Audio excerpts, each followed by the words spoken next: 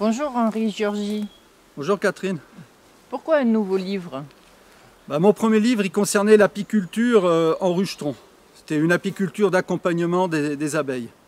L'accompagnement des abeilles, ce sont des méthodes d'apiculture fixiste qui excluent, enfin tant faire se peut, toute intervention intrusive et dérangeante pour l'équilibre des colonies d'abeilles.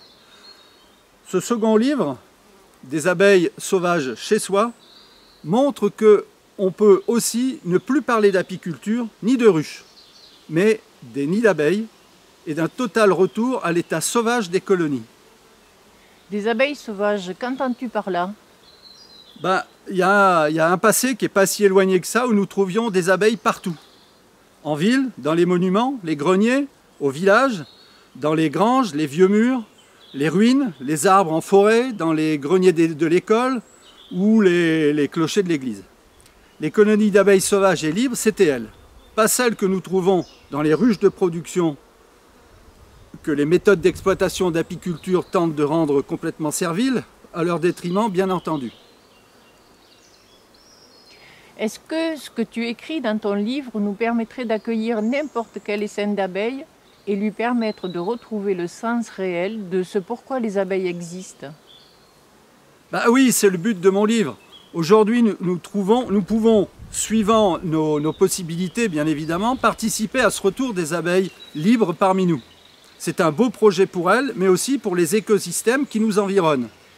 L'intérêt n'est pas de concentrer des dizaines de nids d'abeilles sur quelques mètres carrés, mais si nous offrons à une ou deux colonies des espaces d'installation protégés, en tenant compte de leur tranquillité, enfin de la nôtre aussi de tranquillité, et de celle de nos voisins, ça peut contribuer à compléter le catalogue des insectes pollinisateurs et de la biodiversité qui nous entoure.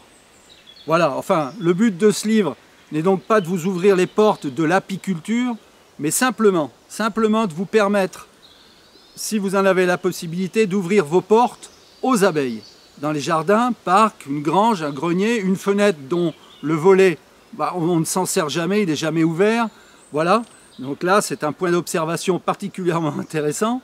Voilà des possibilités d'accueil qui permettront d'étonnantes et de superbes observations tout au long de l'année des abeilles, de la saison des abeilles. Voilà, c'est des abeilles sauvages chez soi, c'est chez Terran. Merci Henri Giorgi. Ciao Catherine.